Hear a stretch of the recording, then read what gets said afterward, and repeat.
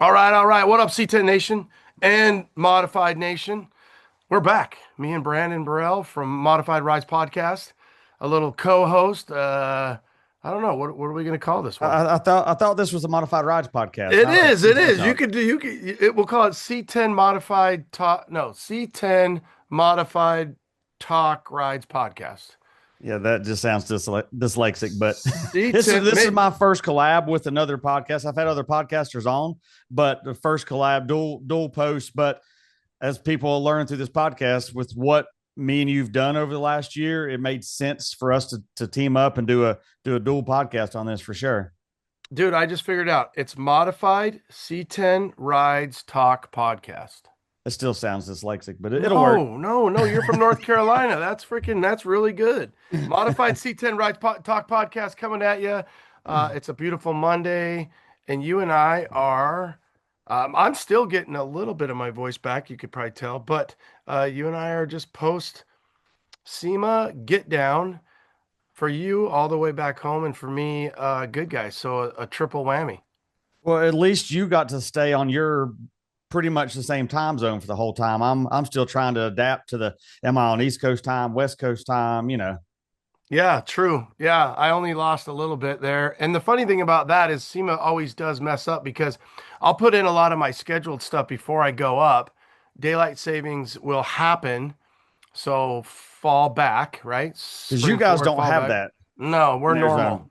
Yeah, it's ridiculous. I They think it's need to crazy. cancel it everywhere. Well, I've heard it's been voted on a few times, but it doesn't pass, I guess. I don't know. So yeah, so then my schedule will be I've missed meetings at SEMA because of it because I'll put it in at like let's say there's a 1 o'clock and then I go I go up there and I'm an hour off and I'm like, Yeah. oh shit, I forgot about the fall back and so on and so forth. So yeah, then we came back to the get down, which was SEMA was crazy, the get down was crazy. I will say just and I think I mentioned this to you at SEMA, but yeah, you were one of the builds that was pushing me, and we were having fun as we watched each other and both Blazers, obviously one full top 4x and one half top 2-wheel drive, but a lot of the Mine technically was a four-wheel drive when I bought it. So oh, it was, yeah, and it's a 76 7. 7. Oh, So yellow so that's trim. the purists are like, well, why'd you take the yellow trim off? I'm like, well, yellow trim don't match my color theme, so Yeah, I build it yeah, like I want it. yeah, and yeah, that's cool. So it was a 77 K5 4x4, and then you switched it out. I don't even what would you all use on your chassis? Let's break some of that down. So I use the stock chassis, but I have a Porterbuilt front clip, Hmm. and no one makes a coilover rear kit for a Blazer. You can cut stuff up or whatever, but I wound up, when I ordered the front Porterbuilt kit, I ordered the rear C10 kit as well. So we cannibalized what we needed, modified the coilover mounts. I did an AVS, welded step notch.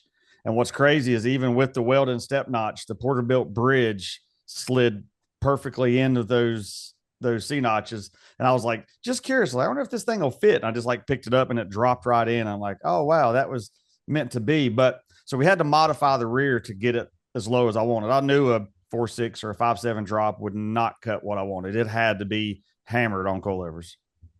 Yeah, that is cool. I lost myself. Can you? Yeah, okay. I thought maybe I turned myself down a little bit too much. What's cool about that is that you sourced it. You did drop the word modify in there twice, so I like how you did that. But um, um, It's my theme, man. how when you talk about that, because there's going to be people out there that are going to want to know about this. How much clearance are you tapping your rear end? When I say Nope. that, are you your how much space do you have between the top of the chassis to the bed floor, if you will? Well, we actually come through the floor 3 inches. And, a lot of, if you do the bag chassis, if you do a roadshow shop bag chassis or any of these, bagged or super low setups, you have the crazy tall C notch, and the seat is either all the way against the front seats or the back's about 8 inches tall. And we knew we wanted to keep a standard seat in the back. So we came 3 inches through the floor, bolted the Snowden seat straight to the bridge cover. So we didn't really lose a lot on that. But the frame sits 4 inches off the ground. Coilovers, that's ride height, 4 inches off the ground. So we basically built the underneath of it like a body drop truck. Nothing hangs below the frame. And of course, with the Porterbuilt stuff, everything's actually like even with the frame or above the frame. And then we just cut the front and rear out to let everything wheel wise clear. So Well, I like what you're saying from the perspective of you went 3 inches up, and if you think about your backseat brackets, anyways, they're going to mm-hmm. be 3 inches. So essentially, you eliminated that, used your step or modified, and Yeah. then use that to, I guess, give you the clearance of the rear back seat, and should work out perfect. Well, we pushed the back seat back in mine probably 3 or 4 inches just to kind of hide the notch when you're looking in through the back window, which gives you a little bit more leg room. But then it just kind of, I think, when it flows up the notch into the seat, it just kind of is more cohesive and flows better. Yeah, for sure. Not only that, but like you said, leg room on the early gens, you lose a lot of leg room. That's where one thing GM hadn't figured out yet when they were just slapping trucks together to make Blazers. You have I guess a kind of a where the cab is being cut to the bed floor, and they just kept stock bed floor height, Yeah. and you have no leg room at all. So depending growing up in the back of a Blazer, this is what your legs went out straight versus more so of a hanging down. Yeah. And Well, I now guess what was it, 80 or so when they redid the floor of those Blazers and put the foot room for the back seat behind the front seats? 78, I believe, is Okay. where it drops down. I know for a fact 79. I have a 79. There's a lot more leg room there. But yeah, they figured that out. I think they were like, hey, we could more so get rid of the just using truck stuff Yeah. and using more actual Blazer stuff to have that leg room and provide that leg room. But like for you, I mean, I don't know if you intend or you ever thought there'd be a lot of, things going on in the back seat from kids or people riding back there. No. Maybe a Yeah, buddy cruising around a show. It's about it. My kid's grown, already graduated college. And if she wants to ride for some freak reason, then she's small enough to fit in the back. So I'm yeah. not going to stuff one of my 6'3" buddies in the back, but we tested it while building it and you can still fit at 6'3". So Well, and kind of staying with your interior, you won a TMI, best interior there, and that interior was just, I mean, it was very well laid out, balanced. Apex leather, we both have yeah, that kind of working for us, which was great. Jen and Hunter and their team, give them a shout out because our interiors wouldn't be what they are for if it sure. wasn't for Apex, or my carpet, my stitching, my balance, the flow, you as well. And then congrats on winning that, the TMI award, which Appreciate it. includes a Barrett Jackson Cup invite. Yep.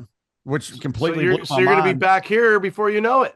Yeah, I have an 8 week gap between Dino's and Scottsdale, so then I get to come back. But yeah, I was actually doing an interview. I want to say with MTX or somebody, and Mulligan texts me and goes, "Hey, your award's lonely over here without you." I'm like, "What are you talking about?" And he sent me a picture, and I'm like, "Best SUV/wagon interior." I'm like, "No, there's no way." Like completely blew my mind. Was not expecting it.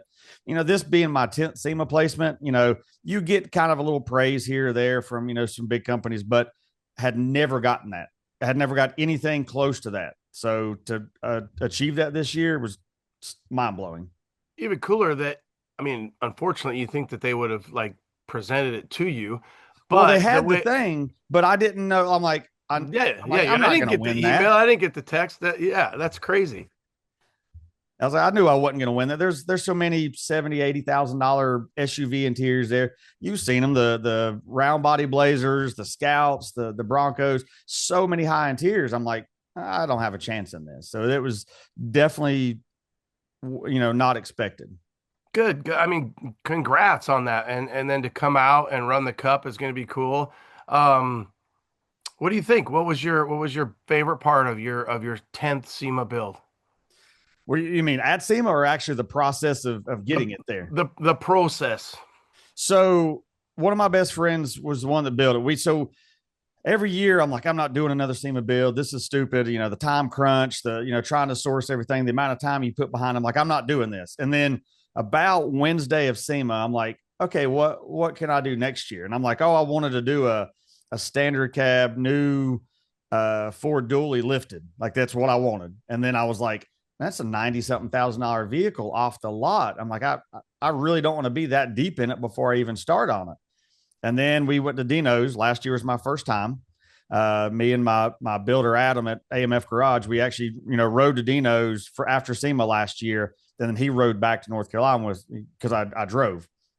Well, I'm like, man, there's a lot of Blazers here. I really like these Blazers. And from my perspective, like, yeah, I could have done a truck, could have done a C10 or an OBS or something.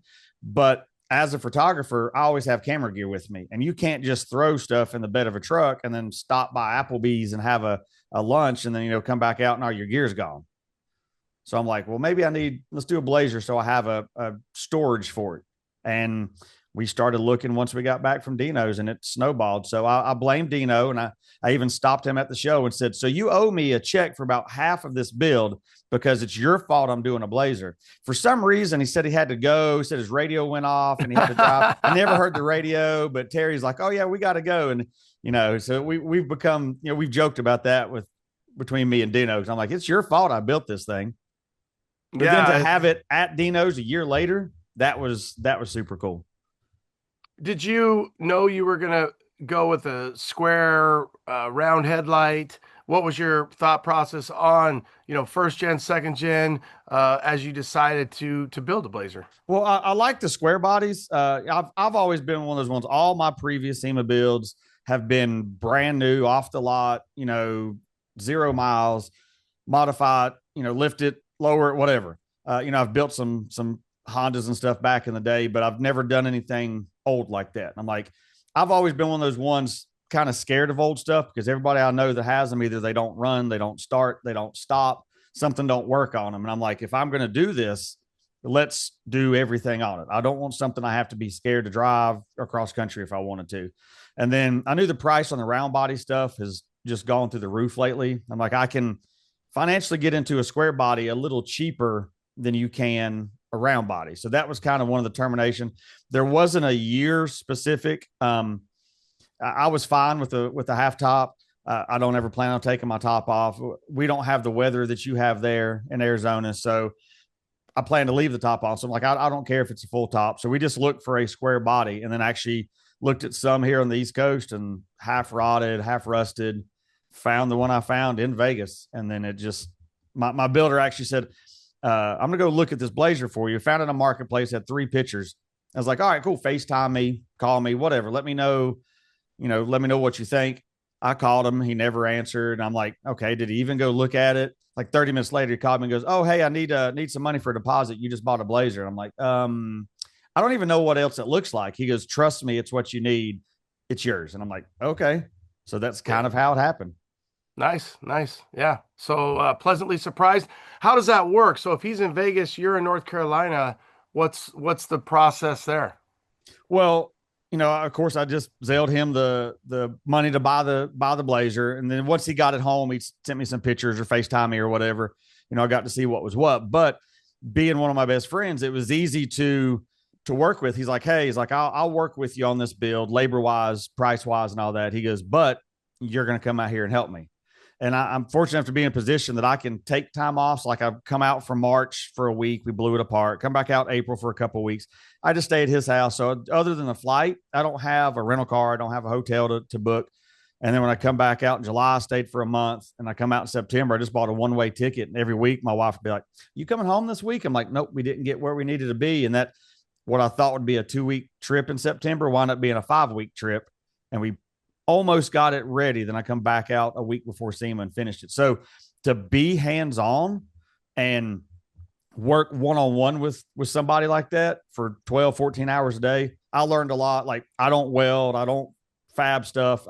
I'm a glorified parts grabber. I can hold a part and turn and do the safety squints while he welds something. That's about as far as my role goes. But I was also putting bolts in, doing as much as I could. So it was cool to be hands-on, which helps with it. Once I get it back home in North Carolina, I'm 2,300 miles from his shop. If something goes wrong, I know where every nut and bolt is. I don't have to question or some shop to lie to me and tell me, oh no, it's this or that. I'm like, no, I know where that goes. Yeah. And the journey and you guys being together. Same, really, just going through it. My guy is Johnny G. If I wouldn't have been in the position or getting it done if it wasn't for Johnny being the mechanic that he is And I think a lot of the stress for me was just the sourcing of the parts and making sure I had the parts. And and then what I would like to convey to the audience is that when you do a build like this, whether it's a SEMA build or a deadline build, Yeah. is time is money from the perspective of if you allot more time, you can save money on sourcing parts, sourcing hardware, sourcing issues, sourcing just anything and everything. But as time narrows and that sand and that clock is going down and down and Yeah. down, you start buying three of everything. You start overpaying drastically for things. You Overnight start shipping. overnight shipping is huge. Like, and then sometimes stuff will be wrong, and you're just like, no, I get that here now. And yeah, so time is money. If okay, so now people have asked me if I would do it over, and meaning, would you do this over? Of course I would. We made it. But would I do it again? I have no intentions of. How much time would you say if you and maybe a buddy or two were gonna build a full SEMA build, including paint? What would you say you would want? Like to save yourself a lot more money and have it on more time. Where would I'd you say put plan your? 2 years out. If it's something that like what we built, that's a full ground up, every nut and bolt, I would say 2 years if you don't want to have to rush and go through that struggle process at the end. I think 2 weeks would be, I'm sorry, 2 years would be great. Now we did mine in a short amount of time. You know, a lot of people would take the 2 years. Well, mine, I tell everybody, we did it in 19 weeks. That wasn't 19 40-hour weeks. That was 19 weeks of 12 to 14 hours a day, 7 days a week, everything we could to make that happen. Now, would I do that again in 19 weeks? Ain't no way in hell. I would have to spread that out. Like we literally would get back from, going through Del Taco or something at 10:30 at night and would get out of the truck to go back into the house. And we're both like hunched over, limping, because we're sore from climbing on the ground or, lifting heavy parts. And yeah, give yourself time if you're going to do it. I mean, if you want to add more gray to your beard, definitely try to do it in less than a year. Yeah, I think I'm doing the math. I don't even know if we did it in 19 weeks. Mine, the nice thing was it was painted pretty much, so that was a big part of it. But yeah, just I mean, I just kind of look at July 1st as where we really just said go. Now, So was your, whatever. your yours painted when you first got it? Yours was. I remember seeing a picture of it on trailer. Yours was like all still stock and dirty, like out of a barn or something, wasn't it? Yeah, so for the audience, I just put a bite of something in my mouth. I could have stretched No, that question out a little bit. no, what happened was I bought it and never had the intentions of making it a SEMA build. Bought it 5 miles from Dino's show, like that part of Glendale, Yeah. Arizona. She actually came to the show on Saturday and saw it for the first time since 7 years. I didn't think it'd been 7 years ago. So bought it. My intention was to keep it forever, make a driver out of it. Top body line, top trim line down, repair. And I knew I was going to do the wood grain. So I love Grecian bronze. Trim line, body line up, all patina. Leave the factory paint because it was all there. It Yeah. had been repainted. So, but it was a good repaint. Started buffing it. And we're like, this is awesome. Hood's good. Fenders are good. Body line up. Everything's body line up. Took the top off, and that for the audience, that bed rail. Yeah. Um, and it's very common that where you bolt the square body, which is going to be a single wall top, where you bolt down over time, and a lot of time, moisture gets in there. And so there was rust there. So That you then, didn't expect. yeah, it wasn't, and then it was like, just leave it, which, either way. Then the challenge was, can at the roll at the very top as it rolls to go to the bed rail, To the flat, yeah. Can we fix that? And then blend that. Well, what happens is now you're like, oh my God, just you're trying so hard to keep an old original single stage repaint, just paint the whole thing. Okay, so there's that. And you're probably running the same situation I was. Yeah, you can find C10 parts, all day long, but specific Blazer stuff like bed rails and stuff like that, no one makes. Well, this thing was all fixable. So at that point, the guy that was doing paint and body, Caesar Mata, which is Matador Paint and Body, Matador Powder Coat, it was over there. I had already taken care of him, but what happened was then COVID hit. So he had lost his painter, and he and I were not on the same page for the firewall. Once I started saying I want a little bit more firewall, meaning instead of just like say a flat piece, I wanted to do some stuff, which I ended up doing, which turned Yeah, out great. for sure. At that point, it just sat and it was just stagnant. And then I'm working on other stuff, out of sight, out of mind. And finally, he's like, "Hey, I'm not going to do paint anymore. Um, we got to square up on this." So he and I just came to terms on a lot of powder coat credit. And I said, "Okay, I'll just pull it and we're good." So at that point, I had met a new painter. At that point, I had agreed to go to SEMA, and I was going to go and bring a Blazer to SEMA in I think 21. And I said yes for about 10 to 14 days, and then I said no. Yeah, I was like, Smart man. and it was the same. It was with United Pacific, and they had hit us up, and I said okay, and then I just said nah, it's not in the cards at that point. Still kids at home, still kids in high school, still kids. Being got to be present, and I wasn't ready for that. So said no. John Oro takes the prom queen, worked out perfect for him, perfect for UP, worked out for me. My kids were still around at home and so on and so forth. So that project just, stagnant, and then said yes this time around, and then got on it. I would say maybe got on it a little late, but I did have a lot of parts that I had already started to order, check off the list, Yeah. and really that was a big. I think that helped me a lot having the parts, the big parts. I had ordered Marquet, RIP. Hopefully they come back. I had the Marquet trim. I had some, I had my Dakota gauges. I You had had the some. trim in hand already? Yeah, I bought it 3.5 years ago, 4 years ago, See, because I ran into me ordering it, and 10 days after I ordered it, they closed the doors. I was actually down at AMD, and where I had Jason Chandler on the podcast. I was down there recording with him, and he's like, "What trim are you running?" I was like, "Oh, I ordered Marquet." And he's like, "No, you didn't." I'm like, "Yeah, I did." And he goes, "They're out of business." So that's how I found out about it. And he's like, "Well, we have a truck trim kit." He's like, "If your builder's willing to modify it, we can do it."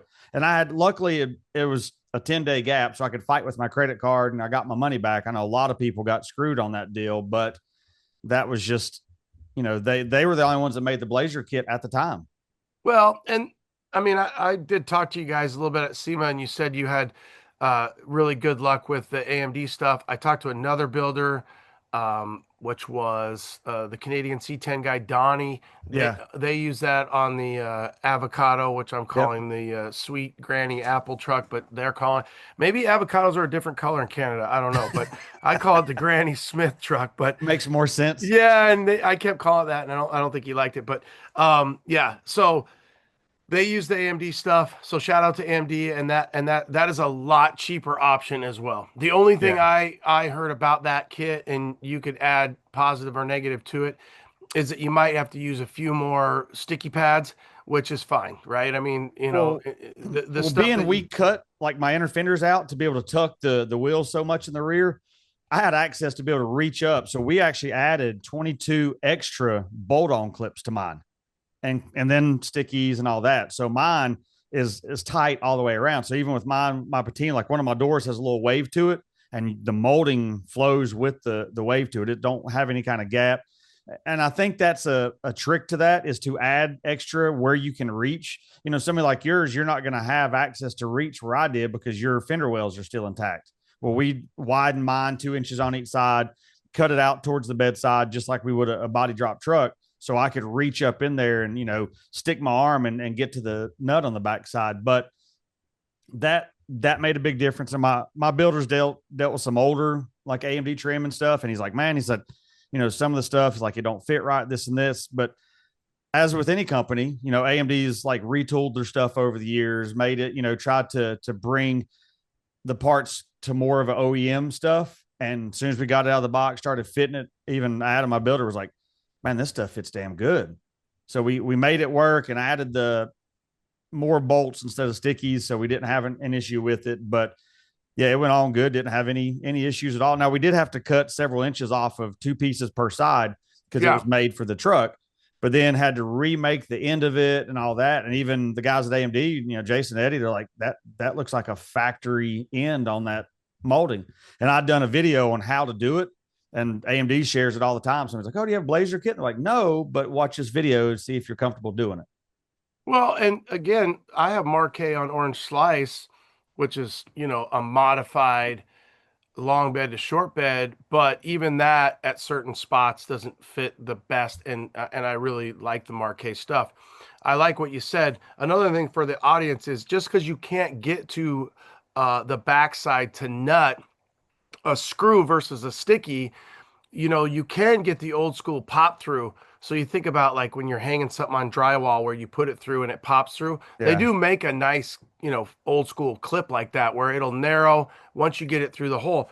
So just because you have your factory holes doesn't mean you can't add two more somewhere else. I mean, God knows that these square bodies over time have seen so many drilled through Yep. holes. We welded a few up. Yeah, and you could easily just modify or, clean out those said holes. A perfect example is going to be a bed. Well, a bed's going to have a hole on the front and it's going to have a hole around the corner on the back, and Yep. most everything else is going to be sticky. On your front of a square body, you're going to have four that go around the hockey stick, which is a Yep. really hard piece. Well, you can just do that. You're gonna, unless your trim's going to be your trim. I'd rather have a hole in the back at the body line, and then a nice, again, I forget what they call that, where the nut and it goes and it flares out, but they make that fitting where you just pop it through. And if you can't get access to it and back it up, the technology and the hardware now with, a 10 millimeter nut with the little rubber grommet inside of them. I mean, Yep. everything's so much better and it looks so good and seals up so well. Another thing Well, to what? throw in there is that I heard Marquet, somebody bought that stuff. I heard that at SEMA. So Okay. meaning the tooling. So I can't remember who it was. I think the reason why I can't remember is I don't think it was shared with me, but somebody said stand by because I was talking to somebody and I said, you got to go buy that. And they're like, oh, it was bought. So it's been bought and via bankruptcy or a fire sale or something like that. So, Yeah. I mean, there's no way they weren't making money. I think the guy David just ran it into the ground. My contact, Kevin, I've tried him honestly on an average of once a week on the phone and text, and he doesn't get back to me.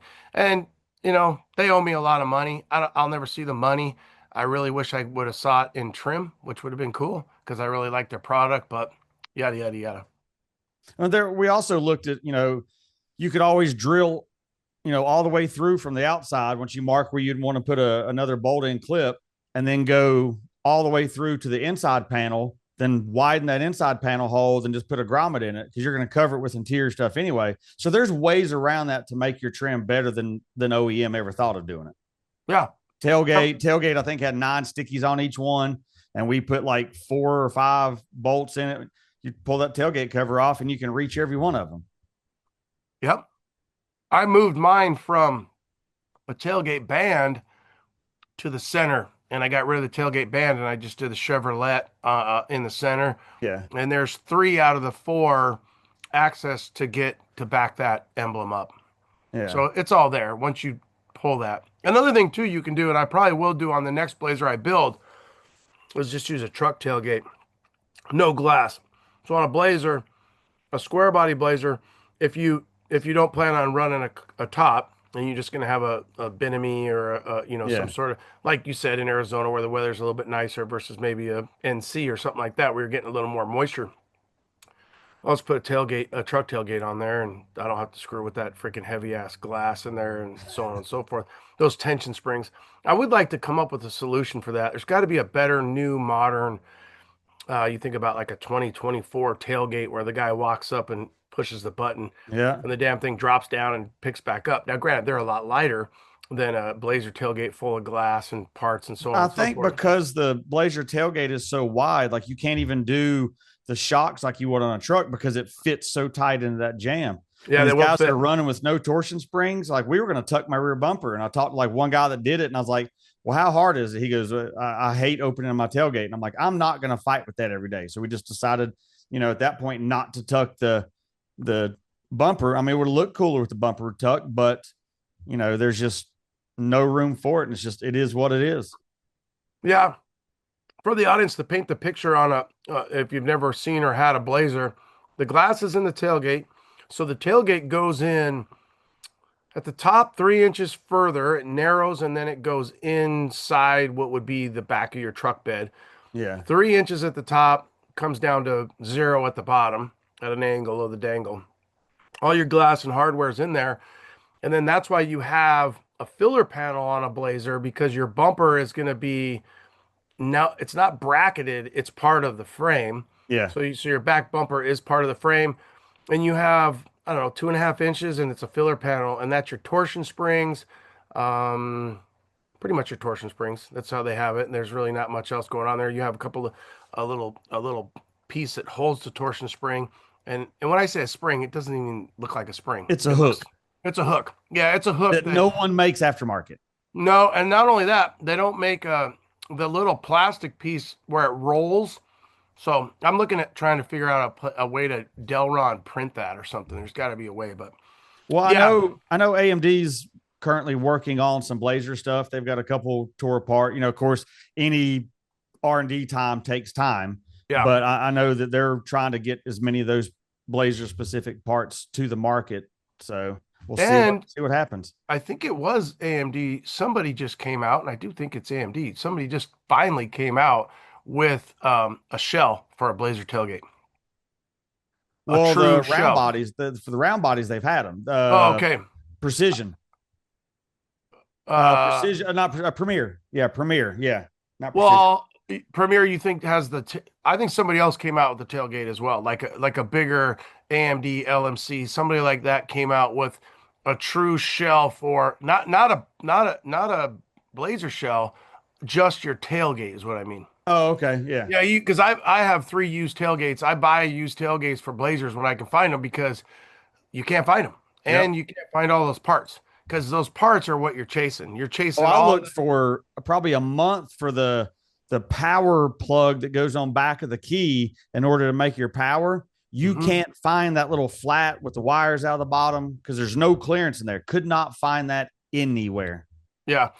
I mean, we digress on Blazer specific stuff, but what happens is that wire runs through a hole in the driver corner, and Yep. it shoots through there, goes into the bed, and it's just a nightmare, right? It's not great technology. So I just laugh at some of the stuff that GM has done, whether it's truck specific or Blazer specific, that they didn't really fix over time. Like the gearbox is probably one of the biggest things, especially on a 4x4 truck and or Blazer. Like, really, you guys couldn't figure out how to brace this shit so that the frame wouldn't crack there or crack in the back by the shock. It's just funny stuff where they're like, nah, people will keep buying them. We'll keep freaking, selling them and working on the next rendition of the 88 to 98 stuff or whatever. But Well, so I know one of the things me and you had in common though was the engine that we had the same LT1 Gen 5 engine.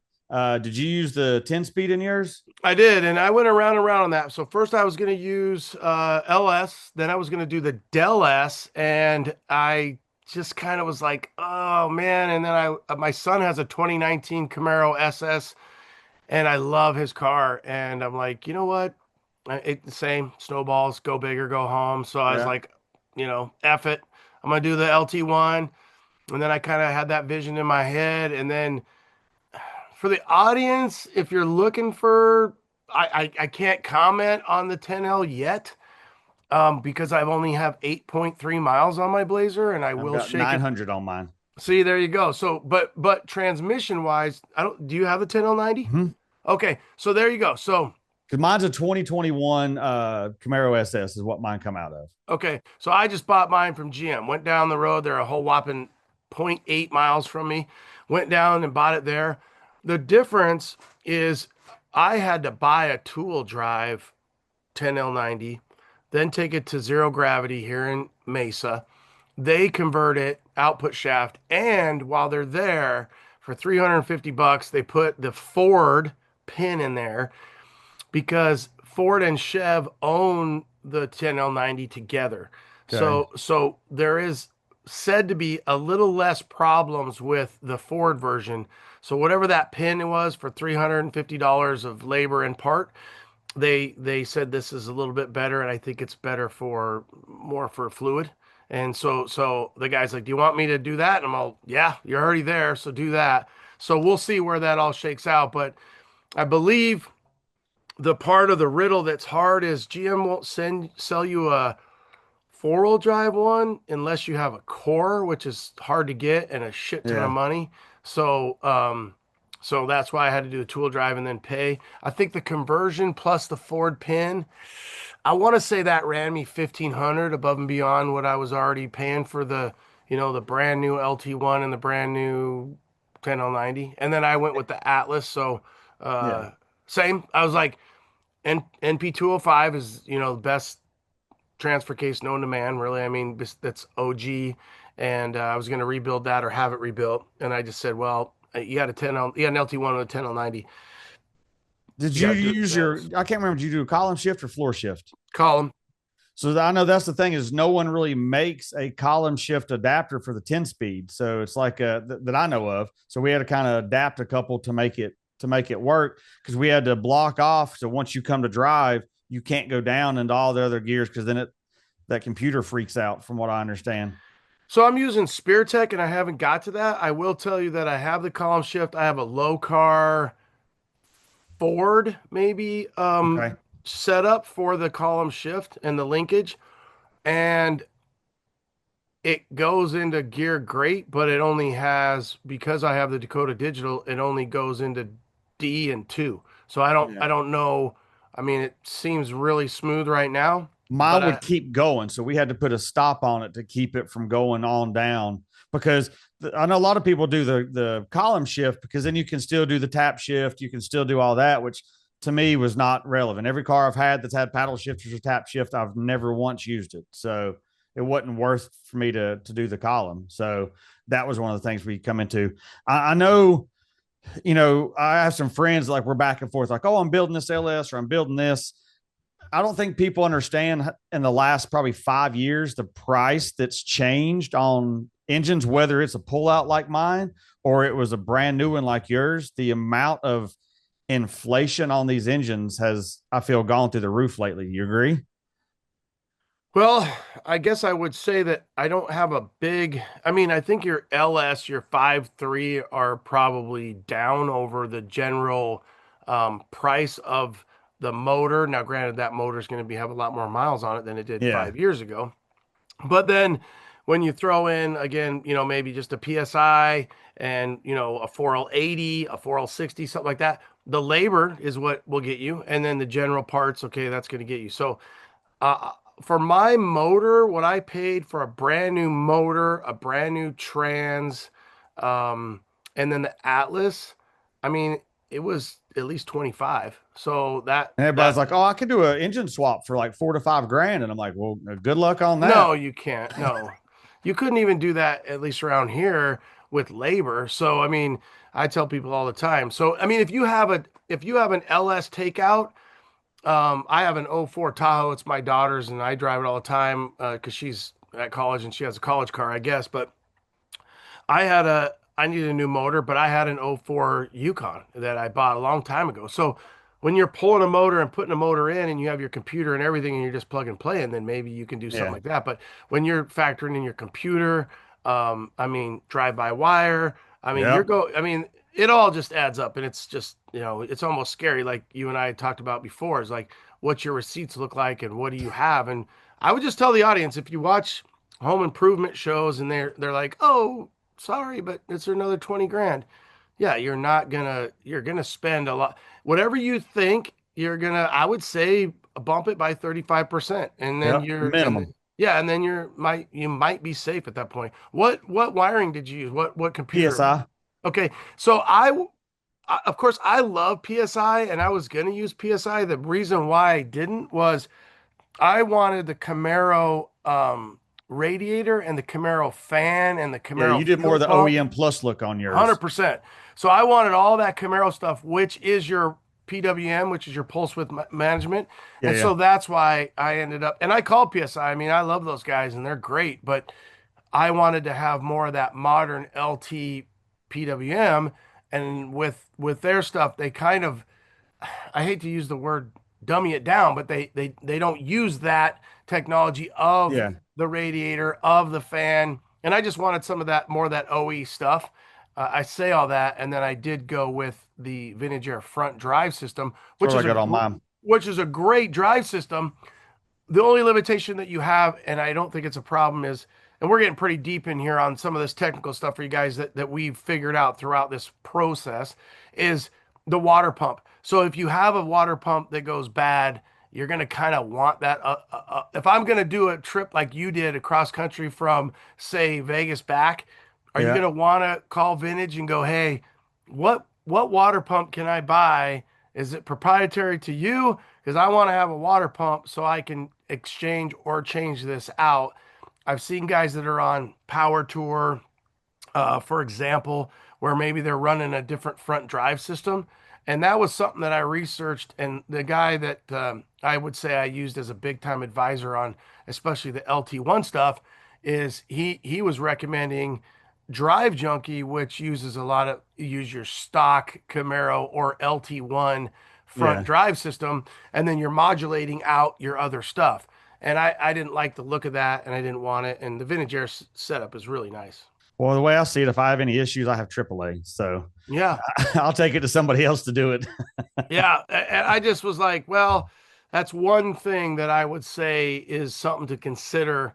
I don't plan on doing a Yeah. 5,000 mile road trip in it, but that would Oh, be I one do. thing that's, yeah, I don't. I think mine changed completely. I see if I had yours, and mine changed completely after I spent so much money on it. And I don't know. I guess I would probably trailer it. I definitely would like to take it up north and do some photo shoots, but mine changed. It got so much money into it, and paint and body and all the bells and whistles, and then you kind of like, you're like, oh shit, should I keep this? Should I sell it? And What rear gear did you put in yours? 373s. I get asked that a lot. And You're gonna hate it. because of the 10L90? Yep, I'm changing mine. So my builder's like, I've done, But hundreds here's of LS one, but swaps. here's a big reason, and I want to let you finish it, but you don't have 35-inch tires. Yeah, true. So that might be a change where we did the ratio of the 35-inch tire. So when you look at a 35 and then you do the 373s and then the Atlas, and then, so we tried to find that sweet spot RPM wise. So go ahead, and then Well, I know. So I got a 9 inch. Ordered a narrowed 9 inch for mine. So the third member we wound up doing a 370. Well, it worked driving around. Like, so my builder's like, I've done, hundreds of LS swaps or whatever. And we've all, the thing is a 373 or a 370 if it's a 9 inch in it. And that's the route we went. Well, going to Dino's, you're kind of coming up a couple of those hills and you're running 75 miles an hour and you're at about 2,300 RPMs. And it's like, no. Or driving across an intersection, I'm in third or fourth gear before I get across the intersection, not even romping on it, just kind of easing. So I'm actually stepping down. My engine builder said with my driving, because I don't beat on stuff. I'm not one to go do burnouts. Like I like to get in it and cruise. Yeah, it's got a little power, but I don't, power's not done anything for me. Like I just like the cruise, aspect of it. So we're doing a 3.0 gear in it to kind of space those gears out some where I'm not shifting so fast. Cause he said like my first four gears are useless in mine right now. Well, what I was told about the 10L too is 10L also is that the first four gears on a 10L, you're just blowing through them Yep. so fast. Like you're in fourth, fifth gear before you even get to the stoplight, right? Or through the intersection, because when you take off, it's like ba ba ba ba, and Yeah. they're so quick. So I bet, would you have a 295, a 305? What's your rear tire? 335, 25, 22. So yeah, it would be interesting to see if we did the calculation of your rear tire and then mine, and then where we ended up ratio wise, because that was what we worked on with No Coast, who built my front and rear end, and then with Spear Tech, telling them, okay, here's what I'm running, here's what I have from the computer perspective, to the really, for the audience, it's not, we're not talking about the motor here, we're talking about your trans, and then I Yeah. have to go through a transfer case, which you don't. But you've got, or I guess I don't have to go through it, but I'm also, it's part of it. So having that 10L90, I would say, I don't have an opinion on it yet because I haven't really worked it that hard. Well, you have, but you're dealing with your tire. Is a 6L80 is like the best way to go. Like Yeah. a 6L versus a 10L90, I would say an LT1 with a 6L80 is going to get you everything you want. Obviously, the eights are horrible. Nobody likes the eights. I Yeah. haven't really heard very many good things about the eights. Tens you hear good and bad, but I think an LT with a 6L80, maybe even a Agree. 4L80, is like your best bang for your buck and least problems, especially if you're going through 1, 2, 3, 4 so quick on a 10. And then you would say, well, why'd you go with a 10? Well, why not? I wanted to see where Well, it's at, and we'll kind of go from there. I know my engine tuner said that he could, by changing the gears, he said he could probably have me hard in it at 80 and probably about 1700 RPMs, which anything over like 2000 RPMs, those MagnaFlows want to scream. So you're like having a conversation. You're like, oh, I got a downshift here. I'll talk to you in a few minutes. Like you just go ahead and give up talking because you're screaming at each other. So on your selector, are you just seeing drive 2 and 1, or what are you seeing on your selector? Mine just stops at drive. Oh, okay. So yeah, my Dakota, I have drive and then two. And a lot of times actually when I'm putting it into gear, it wants to go to two. And I Yeah. kind of have to pop between D and two is just it's fine That's why we line. put that stopper on mine. So it literally, once it goes to drive, it's done. Yeah, that kind of makes sense because I look down and it's all digital, and I have the OG, right? I bought the OG to put in there, Yeah. your OG visual gear selector that goes on the column. But from the Dakota Digitals, boom, boom, boom, RTX, it That's what wants I to got. go to two. And then I'm like, oh, I just passed it, and then I'll go to put it, and it goes into neutral, and then I put it into D. So I've got to play around that with that a little bit. It goes into reverse, freaking great, it's like perfect right there. So might just have some linkage that I have to work through, and maybe just put a stop on it like that. Yeah. Do I need two? I don't need to. No, Yeah. I know me and you bounce back and forth quite a bit during this process, which I feel is one thing about our community in general is like, even though you're building something completely different than the way I was building it, there's still a lot of the same stuff we were going through. So we kind of bounced off, see what's what. Like you have that OEM plus under the hood where mine's all showy and, all that stuff. But, uh, it was cool to be able to see, all right, you're at this stage. Okay. And I'm at this stage. Like we were pretty much neck and neck in that last little home, little stretch for sure. Yeah, it did. It was good.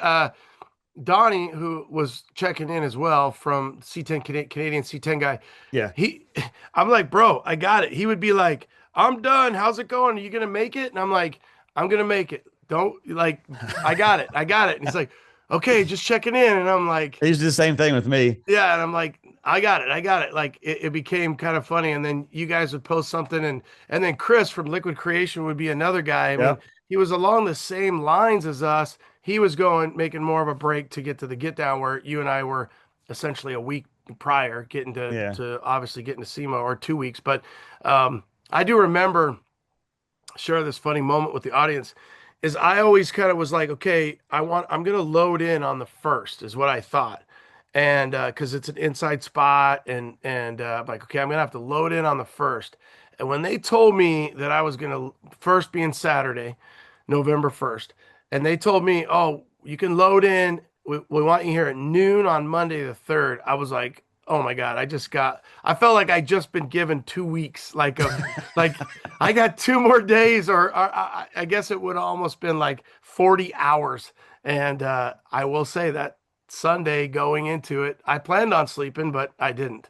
So we just stayed up the whole time, and when once we got on the road, then I took a little break to Yeah. get up there. But yeah, that's a great feeling when you again, you've been there. I Yeah. hadn't. It was stressful driving in because everything was already in Saturday and Sunday and Monday, and I rolled in at noon, and I had to switch out. So my tires, at least the fronts, I had all four on the Goonie wheels, but I switched out and then I rolled in, and it was stressful because everything. It's not that it's the aisles are narrow; they're not bad, but when you're rolling Something in you've with not driven before, you don't Ugh. know your Well, not only that, but clearances. everybody's cars are right there, and you're like, I wanted spotters like nonstop. I'm like, I'm driving this in around these, two, three, $400,000 cars. Well, if where you were at, you were in that front corner of the second half of Central, and anybody that wasn't there, we'll go ahead and say, if you go down that right side, like where Roacher shops goes, you're $500,000 to $3 million vehicles, everything against that wall. So I'd be Yeah, terrified too. yeah. Every corner, I'm taking a little corner, and then I'm backing in, and I'm like, okay, I want to make sure that my foot's covering the brake at all times. Like, where's a kill switch? I got to be ready here. This thing, I don't want this thing going haywire on me. But yeah, what a time, and what a 3 weeks. And it's funny because a lot of guys will say, you work so hard on it, now you don't want to see it. And I'm not there yet. Because I'm so far behind on certain things. Like my shop's a mess, so I have plenty to keep me busy to get back to, I guess, what you would consider caught up. I don't know if I'll ever be Yeah. caught up, but yeah. So there's just I'm sure it's the same thing for you. Just life doesn't stop while you're building everything else. Well, I total throughout this year, I've got right at 4 months that I lived in Vegas. I had friends that call like, "Hey, do I need to forward your mail for you? Are you doing like dual citizenship? Like, what are you doing here?" Well, I actually flew out a week before SEMA to help finish it. And Sunday when I rolled in at SEMA, we literally filled the rest of the trans up. Since the pullout, I had trans fluid, but then we have the radiator trans cooler. We added the auxiliary trans cooler, so we had to add more fluid. We literally added fluid, put the sponsor logos on, and drove 3 miles to the show. That was my initial drive. I had 10 on it at SEMA. We drove up and down the road a couple times, just seat the brakes and make sure that nothing was going to fall off, driving down the road. But yeah, that 3 mile drive was probably the best 3 miles I've ever driven in my life, knowing that 2 months prior, this was a stack of parts, a bunch of bags of bolts, nothing was together, to now I'm driving this thing 3 miles to the biggest car event in the world. Yeah, yeah. The 3 mile shakedown to SEMA. That's kind of Yeah. funny. You brought up bag of bolts, and that cued something in my brain. That was the biggest thing. If I bought parts from somebody and they had hardware with their shit, I was like, you're the best. Yep. Because because I would buy parts that didn't have hardware, and I was just cussing them. Like, you son of a bitch. You couldn't add $2 more worth of parts that now I have to find the right length. I have to find this grommet. I have to do this. And so I don't have a list, but I'll think about it. And if there was a company that would sell you hardware with their parts, a baggie that went with it, Yep. man, that is just a lifesaver when you're pressed for time and organizationally challenged. And you're just like, okay, this is nice. I've got this. I'm going to mark it. We lost one thing that we never did find. We lost five, but we found four. Yeah. One of them was my Blazer inside tailgate handle. Took it to the polisher, and then my buddies are like, "We gave it to you." I'm all, "No, you didn't." They're like, "It's in your laundry. You put it in your pocket," and then finally, like right before SEMA, they found it. I had a backup, of course. I had backups for everything, but I bought a new one from Motor City K5 or yeah. somebody. So Yeah, you had that. That was my one thing that I wanted to keep original to the truck. So I tried to pick something that was like, this is like original and just part of that soul of that. And I don't know why I picked that inside door gate yeah. handle, but I did. And then those sons of bitches freaking lost it, and then we found it, and it worked out. But yeah, it was funny. We were looking through trashes, we were looking through boxes for different parts and some of them were little tools that we couldn't find. They're like, I've "Where's done the that? same thing. Where's that step bit? I know you had it. Where's this? Where's this? And the one thing we lost and still haven't found, and I called Brad at Design Deluxe Design, the guy that does the ashtray. He does the ashtray charger. Yeah, yeah, yeah. uh, was the housing. So we had it, all the parts were in the box, but the actual big piece that he makes was gone and we could never find it. And we have pictures of it being set in the ashtray and somehow it got tossed out. And so for SEMA, I left the ashtray closed and then I put it in before Dino's and it worked out. But Well, it was like, how did we lose this part? you mentioned finding bolts. So we don't have it on the East Coast. I know it's a West Coast. I don't think you have in Arizona. There's a McFadden Dell Yeah, yeah, in Vegas. online. A lot of buying that shit I online. probably have about $2,000 worth of bolts through McFadden. I was one of those ones like I could kind of read what the bolt direct, what the measurements, whatever were. My builder would be like, all right, here's your list, need this. I could tell you where they're all at McFadden now, the rubber grommets. Like we talked before going on about having like Goldschlager flashbacks. If I walk by the bolt aisle in Lowe's, the hardware aisle, I start having that little twinge. I'm like, I don't even want to go down this aisle. I don't want to buy another nut, bolt, washer, anything the rest of my life. 100%. And that is exactly what I mean by two things. By if you have the product before and it comes with with what you're buying, and or time is money. Because I would be like, somebody go to Ace. I need a quarter 20. I need this. Tractor Supply. And so for us, yeah, we have Tractor Supply, we have Ace, and we have, but McFadden is ordered online. We have a place called Copper State Nut and Bolt, which is huge, but it's expensive. And when you're buying that, that's how Ace keeps the doors open, man. Those little bolt bins where you're buying those. The one thing I would recommend to the audience is if you're lucky enough to blow apart a vehicle. And then what I did was I took all that hardware and I took it to a place. My buddy Jay, I call him the acquaintance. He said, "Hey, go here and they'll." And it wasn't cheap. It wasn't as cheap as I was hoping or the value, but when you think about when you're spending $4 on one bolt at Ace, was take all the nuts and bolts, what's good and what's salvageable, and then what else you have laying around, and then I had it all zinc coated, so they did Yeah. black and they did the clear, and so I just harvested up everything I had around here. The only problem with that was we spent a lot of time, and I hope that I can get to it. Is we spent a lot of time. I had one bin that it was just, it was like a little kid in a Lego set. We're always looking for that one small yeah, two-piece we're always blue looking for it. I'm a big proponent. I probably have like 10 to 20 of these, Husky, like these bins that you open up and they have little containers and you can take them out.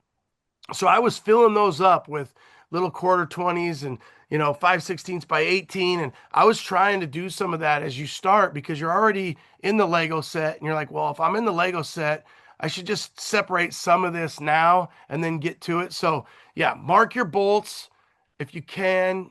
And then if you can, either there's times too where I have a small, that's a pretty good size little cabinet sandblast. I would just go back, sandblast it, paint it, get it ready, get it cleaned up. The only problem with that is then you turn around and some guy's got a 9/16 half inch and he's wrenching on what you just painted. Yeah. Like, no, it's not ready. Or put 2 plastic bags over that before you wrench on it so it doesn't just strip the paint off, Now, so going back. now you mentioned about companies having the parts that came with it. We talked about like Porterbuilt earlier. I'd say when I laid everything out with Porterbuilt, every bag is labeled what it is, every nut, bolt, washer. That is probably one of the most inclusive parts from companies that I'd ever gotten. I was like, this is impressive. Yeah, and it makes a huge difference. I would say Off-Road Design, who's my version of Porterbuilt on this 4x4 chassis setup, same. I don't know that it's necessarily labeled, but it's not hard to figure out. But that's another thing is make sure if I need 5 bolts, just put 6 in there. Yeah. I don't even care if you charge me. Just charge me. I don't want to go looking for shit. It's just a waste of time. And you already know that I need it. And if it's my decision to paint it or color code it or upgrade to a freaking, whatever it is, then that's on me. But for you guys out there, work with those companies. And, obviously Porterbuilt's a great company. Off-Road Design's a great company. We know a lot of those chassis companies. We're lucky here too. We have a Frontier Shop Supply, and there's other, like I said, Copper State Nut and Bolt. You can just buy bins, and if you're doing something like that, hardware will be your kryptonite. Hardware will be your nemesis. If you don't go through your hardware, it's something you just don't think about, and then you're like, well, what size does this need, and what do I need here, and take a lot of pictures, a lot of notes, a lot of Sharpies, a lot of baggies, Yeah. a lot of, just little notes. And thank God for cameras. I think about the guys that, let's say the 30 years ago, the guy that decided to rebuild something, the freaking Polaroid. I don't know what the hell they were doing. It's Yep. like I got videos of how I disassembled something, put it back together, a little spring right here, a little this right Well, I here. was I was shooting a lot of tech article stuff on my build as well that I'm doing in CK. So I was just taking as many photos as I can because I'm like, all right, well, I don't know what I'm gonna need until it's not like I'm putting on a part on a new vehicle that like you unbox it and it goes on. Like you're having to show how those parts work. So I was taking tons of photos, and I'd literally go back through, and I can access my MacBook through my Google Drive, and I'd be like, all right, I'd scroll through Google and like, all right, well here's that picture of that part because they're like, I know I got a picture of it somewhere. That was a lifesaver. Yeah, yeah. And for you, the audience, the builder, the hobbyist, the enthusiast, the modifiedist, then you do the same. Just take your time, prepare for time, and yeah, you will not. It's the gift that keeps on giving, is that phone and that Google Drive, and just having that on there and just going through it and being like, Yep.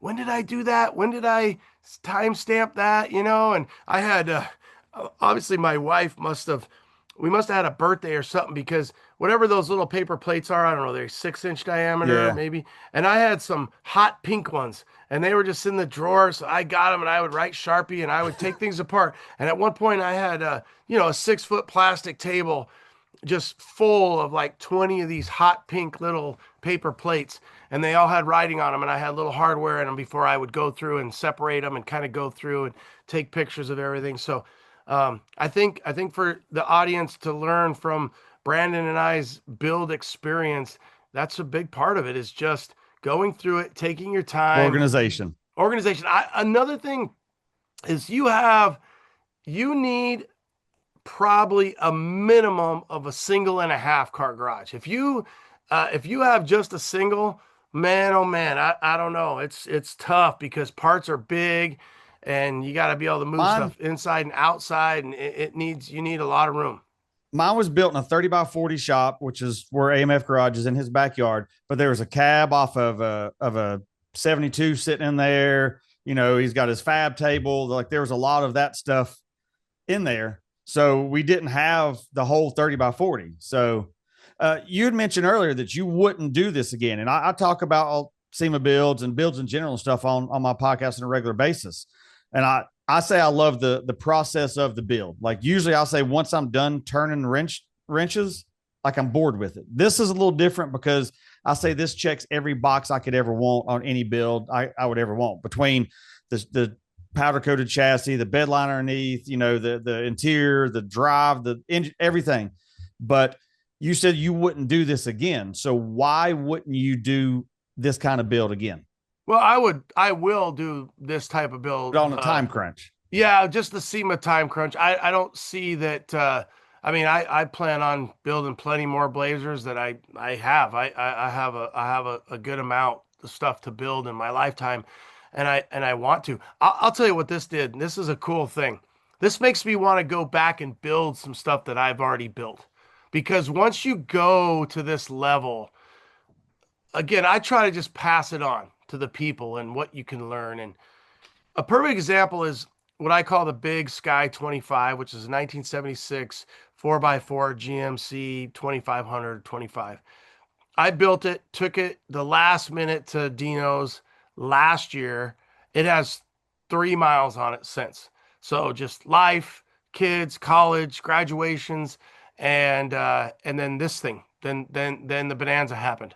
Yeah. So I really want to like go back and kind of almost go back through that truck a little bit, because there's things I want to do. So once you get to that level of doing it what I would consider really right, and that includes taking down to the chassis and really just going through it. And it's close, because I did take it down to the chassis. I didn't take the cab off, So little things like that, once you do things that level and that right, it's a great feeling. And it's a great feeling of, I love tearing it down. I love looking at the bolts, breaking it all down, putting it all back together. That process, I love that. Yep. It's the time crunch that takes it your toll on you.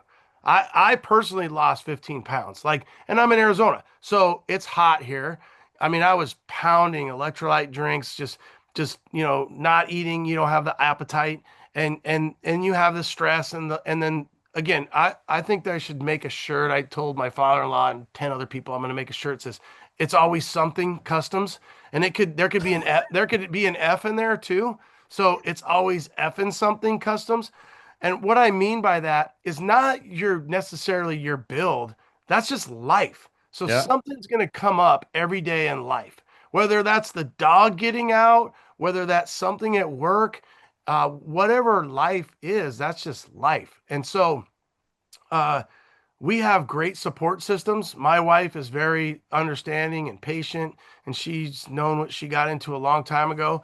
You as well. So Mine let me live in Vegas for 4 months. So yeah. So that's a big toll, and I think that's the part of it that is the juice worth the squeeze? I mean, I'm so happy I checked that box, yeah. but it's a lot of stress. If I had a shop with six guys, and I'll say Arizona High Test, they helped me out a lot with this build.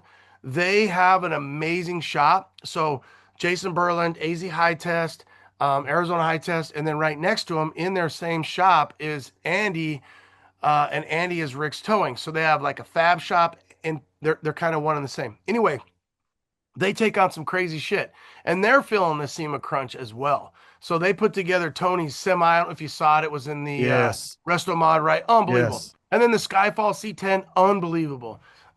So if you have a shop and you are taking that on for customers, then I would say yes.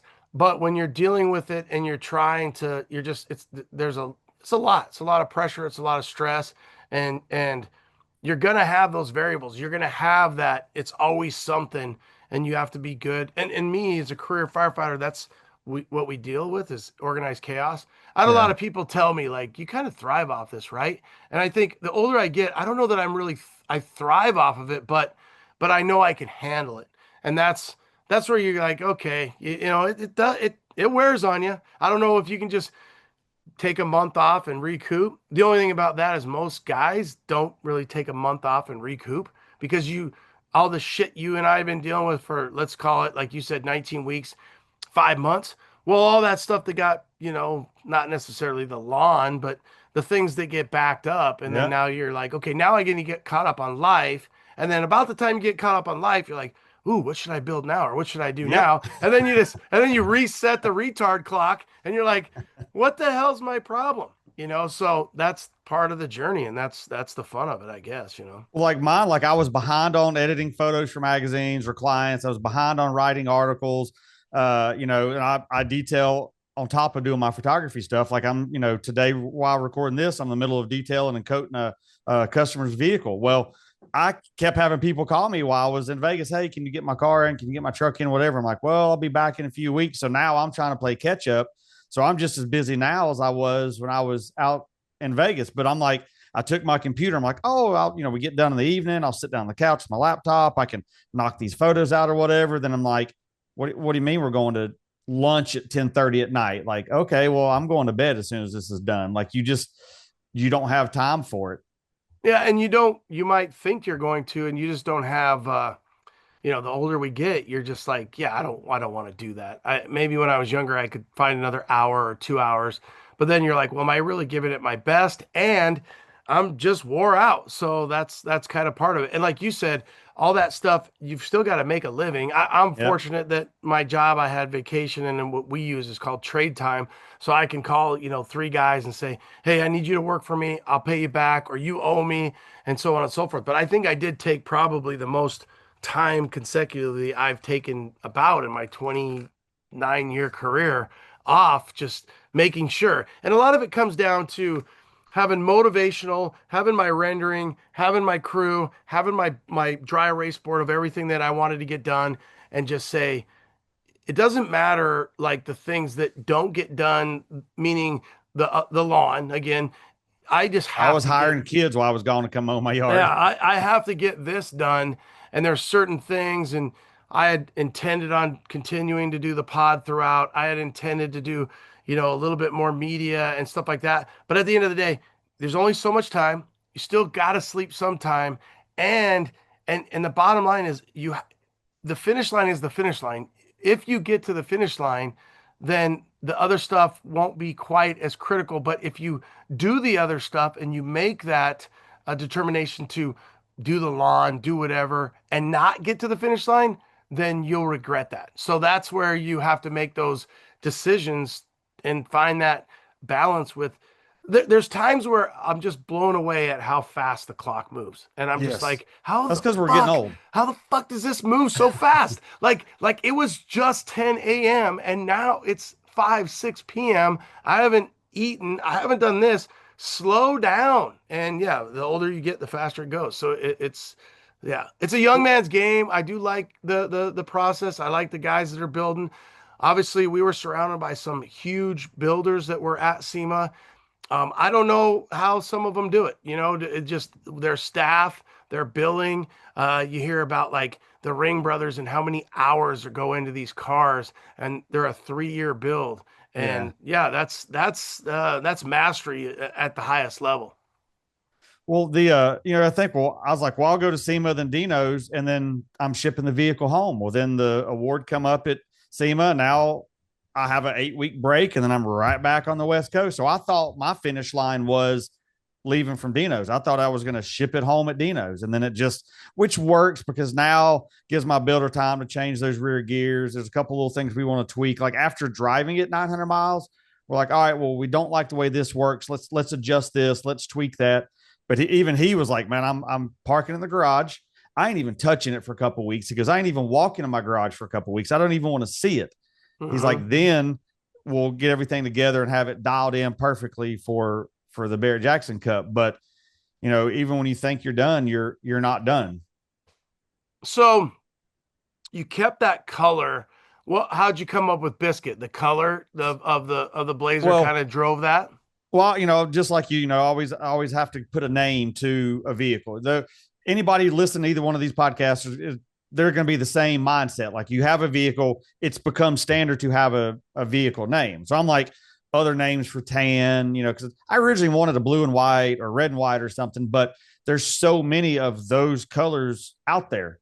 So it's like when I come across this tan and white one, it's all original paint, it's lived its whole life in Vegas. So it's like, didn't have rot and stuff. And I'm like, all right, we'll stick with this. So I was like, Googling names for tan. I come across some European word there was biscuit spelled completely different from our American biscuit and everything. And I'm like, wait a minute, it looks like a burnt biscuit because it's kind of crusty, kind of has the same colors, white in the middle, tan on top and bottom. I'm like, let's do biscuit. Then I was like, if I spell it different, it still fits the Blazer format, 7 letters or whatever it is, so my emblem can say biscuit and it looked just like the word Blazer. So when you walk up, you're like, oh, that says Blazer on the fender. Then you're like, oh, wait a minute, it's biscuit.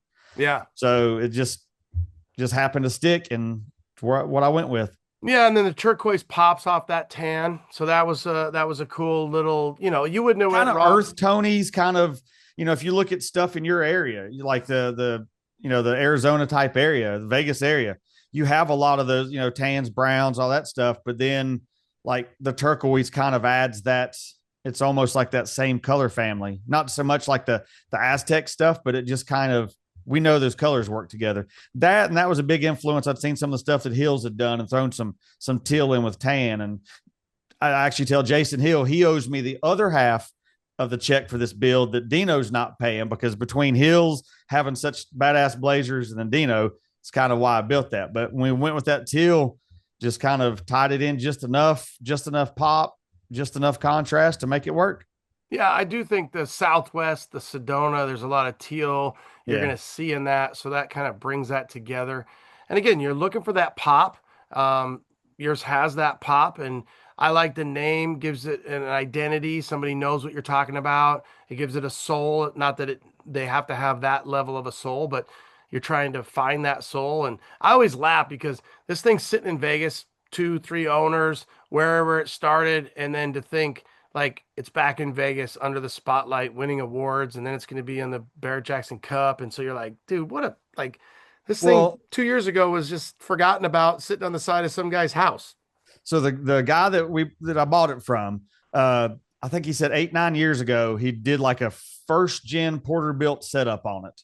The started the front, So bagged it. so he had converted it already. Well, the front was done. The Okay. rear still had 3-inch blocks in it. So when I bought it, the front was on the ground, the back was up. Like you'd open the tailgate and it'd be like chin level the way it was angled.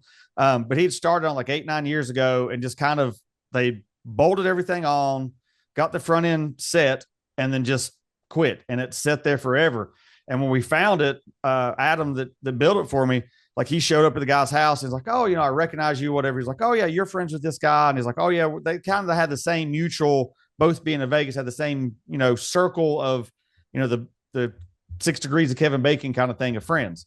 And then, that the guy bought it from, he told a couple of his buddies like, oh yeah, I sold the Blazer. I'm like, oh, you finally let it go. He's like, it's been sitting there for 8-9 years, whatever. He's like, oh yeah, Adam Madrigal bought it for one of his customers. And they were like, Adam bought it. And they're like, yeah. It's like, it's going to be at SEMA.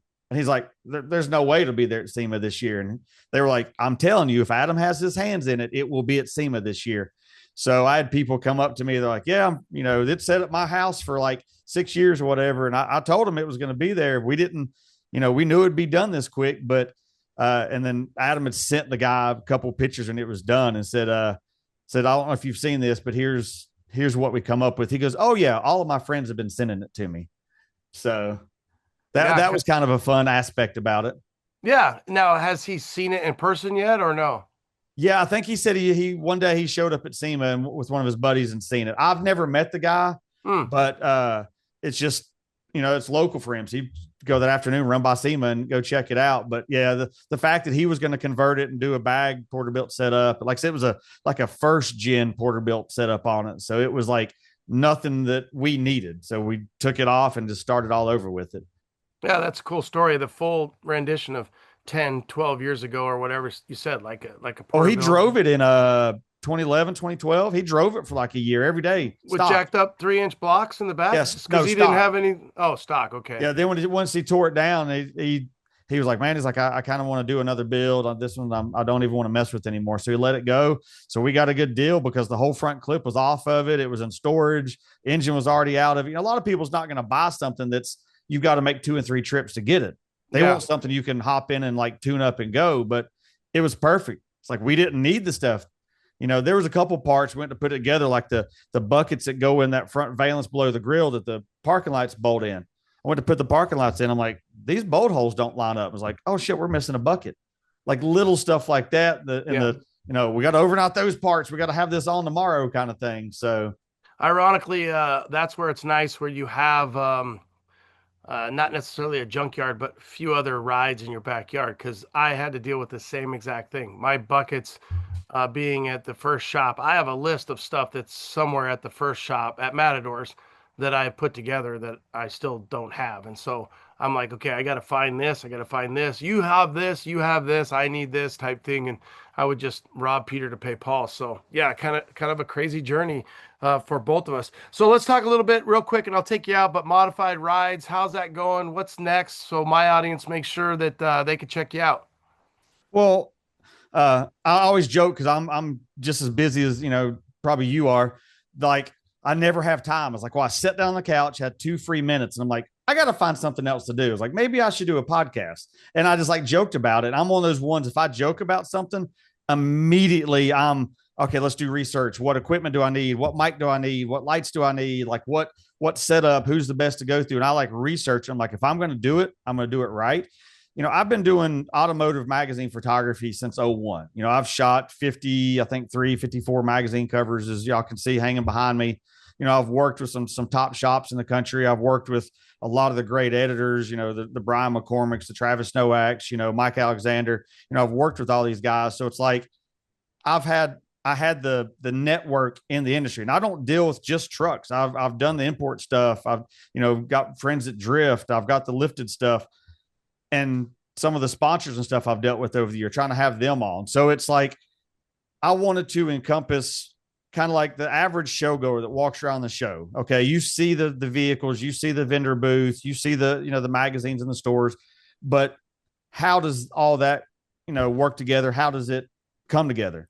Well, me interviewing some of these people on my end, it's like I have a lot of photographers on, so you hear how their story made somebody's dream come true with the magazine, or this company coming out with this part, how that creates someone like us to build what we do, how sponsorships and stuff work.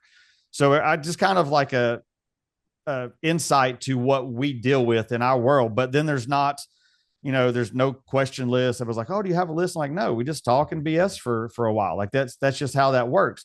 Then there's people like you, like today, like I'm detailing. I always got an AirPod in. I'm listening through podcasts. Like yours is one of those ones that, I feel you're kind of the Joe Rogan of the truck podcast world, because you kind of were, I feel, one of the originators of the truck specific podcast. Yeah.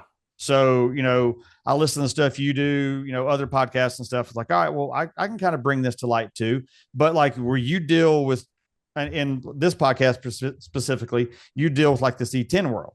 So I'm like, all right, well, there's some C10 podcasts, there's some mini truck podcasts, there's lifted podcasts. Well, I wanted something that could encompass all of it. So I get to talk to people like you and, like the guys at AMD, and, I've had Dinos on. So there's a lot of people that deal with other stuff that I've been able to have on, like yourself. Yeah, I love it. I love the variety and what you offer. And it's funny because there's a lot more pod in the last 5 years. Yeah. So there's a lot of variety. People get a lot of different things that they can listen to. And it's funny, when I started C10, I thought, man, I look back and think, should I have been so niche? Even though I call it C10, it's anything, pretty Yeah. much Chevy truck. But yeah, I mean, there's sometimes where I'm like, I should have called it classic truck pod, but C10 is where we're at. Who would have thought C10s? I've often shared this on my pod. People say, oh, when did you like C10s? And I'm like, yeah, I liked them forever. And they're like, oh, you liked them before they were cool. And I'm like, no, I think they've always been cool. They just might not have been as Mainstream. mainstream Yeah. as they are now. And I would actually say the ride is probably even more so than I would have ever thought. I always tell people, hey, we're in a movement. Know that we're in a movement and enjoy the timing when you're in said movement versus looking back 10 years after the movement and saying, I wish I would have been more cognizant about me being in the movement. And we're Now, in the movement now. when did you first start C10 Talk? September 23rd of 2014. Okay, so you're, like you said, starting your 12th year or whatever.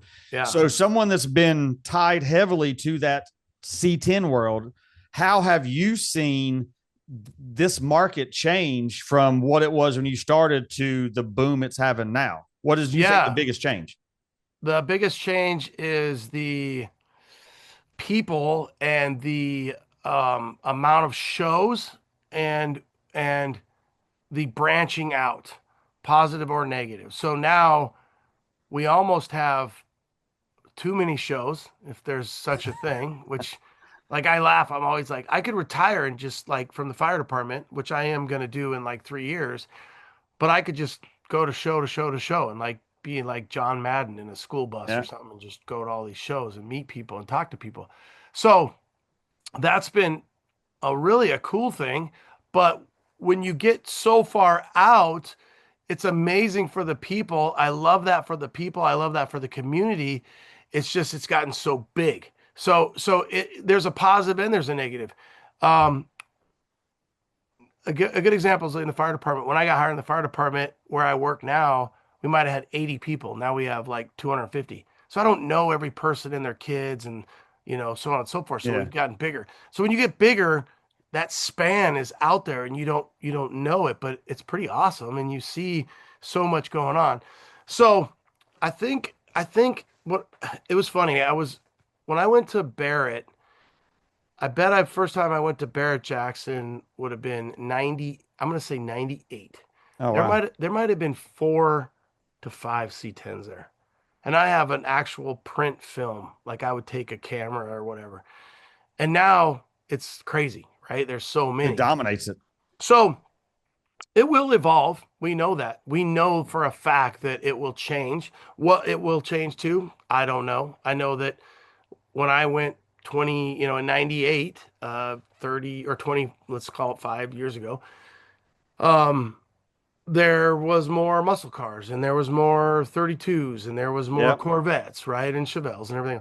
So now when it, 10 years from now, 20 years from now, it'll be something else. And whether or not there'll still be C10s and Blazers and whatever people like that are in our demographic of age, but kids can't afford things that they can afford because we drive it up and Yeah. we have driven it up and the price of things cost money. And so when money goes up, then Zuzu rodeos and hombres become because it's what people can afford and modify and make cool. And you're like, oh, I never thought about that. That looks really You didn't cool. say add the Aztec in there with all No those. You want to make Aztecs. that No, cool? no, no. That's Breaking Bad. No, no, no Aztec. That's a Pontiac Aztec. Pontiac Aztec, but a Zuzu Hombre or an Yeah. Isuzu, was it a Passport? No, Honda Passport was the same as the Isuzu. But so yeah, I just think there's an evolution there. So there's a big change there, and another big change, if you think about it, we just came back was the get down was small, and it was in a parking lot at an appliance store, and now it's Yeah. the world's biggest C10 show, the world's biggest Chevy truck show, the world's Did he say how biggest many he's had this gathering. year? Don't Have you know. heard? I haven't. I always say 5 to 7 thousand, and I would say it was more this year. And that, It was crazy this year. oh yeah, for sure. And the fact that the vendors are now across the aisle, they're on the other side because there's so many of them. Like Yep. it was Yeah. insane. But no, Unreal. like you mentioned, like what I do with my podcast and stuff. That's the good thing about you having yours, me having mine. You can interview someone like Dino.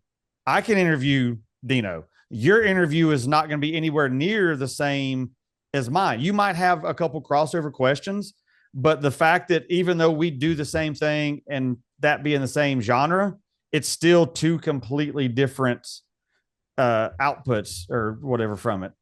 Yeah, like I mean, I know I think Jason Mode, you had him on.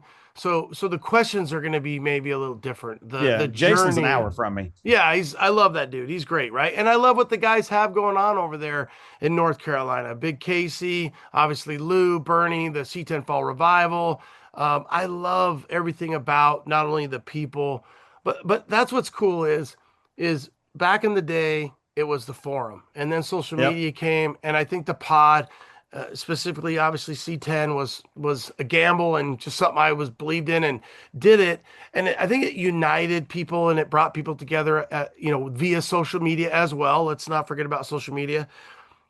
I would say I do tell people try not to be bigger than the scene because you do get people who I've seen come in and then leave and they try to come in and I think I'm an OG. I'll be here whether it's, good, bad, or ugly. And I think there's people that come in and they want to come in, they want to build this real quick, and then they leave. And you're like, okay. So yeah, you kind of have to look at all facets of it. And I don't I befriend them, I like them, I might interview them. Um, do I wish people would stay and you haven't seen or heard from people in a long time? Yeah, maybe. There's been a lot of shops that popped up, parts availability. I know my Mopar buddies cry about it all the time. You guys can build a truck out of a catalog. That's not my fault. I'm sorry. But it's We just got cool awesome. stuff. It's awesome that I can. And it's awesome that I can find parts and I don't have to spend as much time figuring out how to modify this or build this. So there's goods and bads, right, with anything, and I think our scene is always changing. We've got different people that pop up and influencers and people who are in it who love it and care about it, and that's what I always say. I always say my number one thing is, are you giving or taking? Yeah. If you're giving to the scene, then good. If you're taking, just tread lightly. Don't take too much, and if you take, fill it back up. It's like the penny tray. Take one, leave Yeah. one. It's like, RIP the penny. But it's like take it or leave it, right? So if Who you thought can, we'd ever say that? yeah, right. If you can take from the community, if you could take from the trucks and the things, give back. And if you're giving back, whatever form that might be, whether it's a Christmas donation or a volunteer at a truck show, or I don't know, just give back. And I think as long as we're doing that and people are getting along, because you've all heard stories about the crazy Corvette clubs and the Camaro clubs and how people can't get along and this, that, and guys are sensitive. And I've seen that too. People get sensitive and they get their feelings hurt in our community. Um, and there's guys that I don't love that are in our community. I don't badmouth them. Well, one I usually will badmouth, but I won't do it on the air because I don't like the guy. But but yeah, I think that I just look at the whole scene itself, and I think I would be remiss to not announce some of the just true Mount Rushmore of our scene, which to me is John Oro, is Dino, a guy that doesn't get probably as much credit that I think is always doing really good around here is Sam, good friend of mine. We put the reunion on together. Um, Guys that I look at over across the country through the Texas guys, you've got Terry, you've got so many good people, whether they have a social media platform or a truck platform. The guys that are out in, North Carolina, that whole group I just mentioned, so many good people that are C10 club heads of state. Yeah. Chase from Utah, my God, I would give him an award every year. Just such a great guy. And speaking of awards, I just gave Boris Marianovsky Award at Dino's because I had received the Ron Knowles Memorial Award. And for my audience, I do plan on having Ron's family on because I need to know more about Ron and the award. But when you win the award, you got to give the award. So I gave it to Boris, and then Boris will be challenged to find the next person. And I kind of picked Boris because I didn't want to specifically stay in the C10 community because I didn't want it to just get roped into the C10 community. Yeah. And Boris is an easy pick, but another guy who gives back, even though he takes money and he gives you parts, he still gives back. He's an honest resource. He's a guy that cares about the community. He's a guy that builds something and gets out there and shake hands Yeah. and so I just think that there's different formats of people that we have in our scene and it's a great problem to have. Well, I know when I first started in this whole custom vehicle world, started in high school, even though I was a Honda guy, all my friends were mini truckers. So I had the tweed, I had the shaved handles. My Honda back then was built like a mini truck. So then when I started doing the magazine stuff, I started, first magazine I shot for was street trucks back in '01. Well, then it snowballed. Then I started doing a bunch of stuff for mini trucking. Well, it's like, well, I'm in these mini truck shows. So the bulk of my photography career has been in the mini truck world, but I've dabbled in the European stuff. I've dabbled in the lifted stuff. I've dabbled in the, the like the Subaru world, the stance world, like that kind of stuff. But I've never messed with anything classic. I've never messed with anything, specific like the C10 world. Well, I'd been to some C10 heavy shows over the years, not specific C10 shows. But then when I went to Dino's last year and I saw how that C10 community was, like you can have the biggest shit box cruising down and you have people videoing and taking pictures, and right behind it can be a $500,000 C10 and it has the same presence as that shit box did. And it's like, that's cool because in a lot of these other genres, if you've not got that cream of the crop build, people overlook it. But I think in the classic truck world, it don't matter if it's shiny, if it's rusty, if it's, sounds good, if it's all original. Like the community is so different. And I knew at Dino's show, I'm like, all right, this is something that I would love to be involved with more, which in turn led to me building the Blazer. And then the response that I got for putting my spin on something that it is still rusty, but it is shiny, but it has the interior. It's like, I try to check some of those boxes, but I feel the C10 world is a very tight knit, more, I'd say more adult world, even though we have some of us immature people that still want to, have fun when we're out. But I feel it's more of a, more of a scene that you can bring the family and stuff around. I love it. Yeah, there's a guy that says the trucks are cool, but the people are cooler, and Yep. it I've continues heard that to before. yeah, guy. But I think what's cool about that, the way you said it, is I laugh. You could be at like your wife's office party or something, right? And there might maybe I don't know somewhere where their guy might have more money or you know one side or the other, and you Yeah. might be like, hey, how's it going, Todd, or whatever, right? But then when you see Todd at the park and swap or the truck show, and you're like, that, whoever the guy might be, you might not be hanging out with him away from the trucks. But I wrote an article in the Builder's Guide a couple years back, and it's like you could have a guy who's got a $400,000 truck, and then two trucks over is a kid or a guy who's got, maybe a $20,000 truck, and they're both sitting there drinking a beer, having a time talking about Yep. trucks and community and people. And I can't remember who said it. When people can't get along, put them in a couple trucks and see what happens. Like, we're such a country divided. Like, it drives me crazy that we have a 51 to 49% vote, and it's like, Yeah. but if we all got together at the truck rally or the truck show or the car show, and cars as well, people would get along a lot better. So whatever that is, it's a good thing. I think we need that in our community, and we need to see that people can get along and have common interest, whether it's for a Saturday afternoon or a 3-day show or Dino's or the C10 Fall Revival, whatever it might be. It's a good thing. We need that in our community. And I think you brought up family, and I think my kids have grown up in this. They know who Dino is, and Dino knows who they are. And I often express this to people that maybe they don't.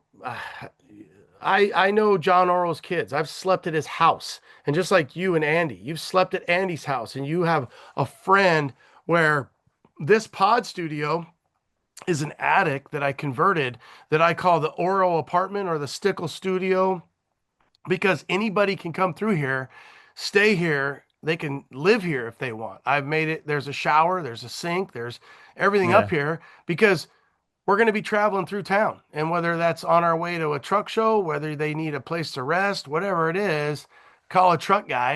And you see when people break down and they're like, I need help. And people are like, there. Well, Yep. that's what makes us humans and Americans and people that get along, and we're just lucky. And I think our community, I don't think it's just C10s. I guess I have more faith in. I don't know that the brodozer dudes are doing it, but I mean, because some of those brodozers, I mean, I've built a couple of those, yeah, those dudes, come as you on. can see behind me. Yeah, I don't. Those actually look like really big 4x4s. Some of those brodozers are out of control, but that's a good point. You get a little bit of everything. I think LST is a really good show to get a little bit of everything. Yep. High, low, jacked, left, right. You got it all. And so that's a great point of you can get together with people, break bread, and talk trucks. And you know, Jose from Drops R Us, that dude will have, he might not even know you, man. He'll be cooking up shrimp and some scallops and some steaks and some strips, and come on into the camp, and you better come on in, have a beer, have a Bloody Mary, have a michelada, and have a good time. And Yeah. if in life, if you can't have that, then you're missing out. And for our community, it's no wonder that people want to be part of that. And no wonder people want, again, another thing that same guy has always said is the metal brings you together, the people keep you coming back. So it might be a common interest that you see the metal and you're like, "God, I like this truck," but then you become lifelong friends with some of these people. Some of my best friends I didn't know 20 years ago. And Yep. and you're just like, yeah, that's awesome. I have friends, lifelong friends that I've made through this community. And I think I think we're here for, I don't know, maybe 75 to 80 years. If you can have lifelong friends that you met through the metal, then that's a pretty cool thing. You know what I For mean? sure. Yeah. For sure. Yeah.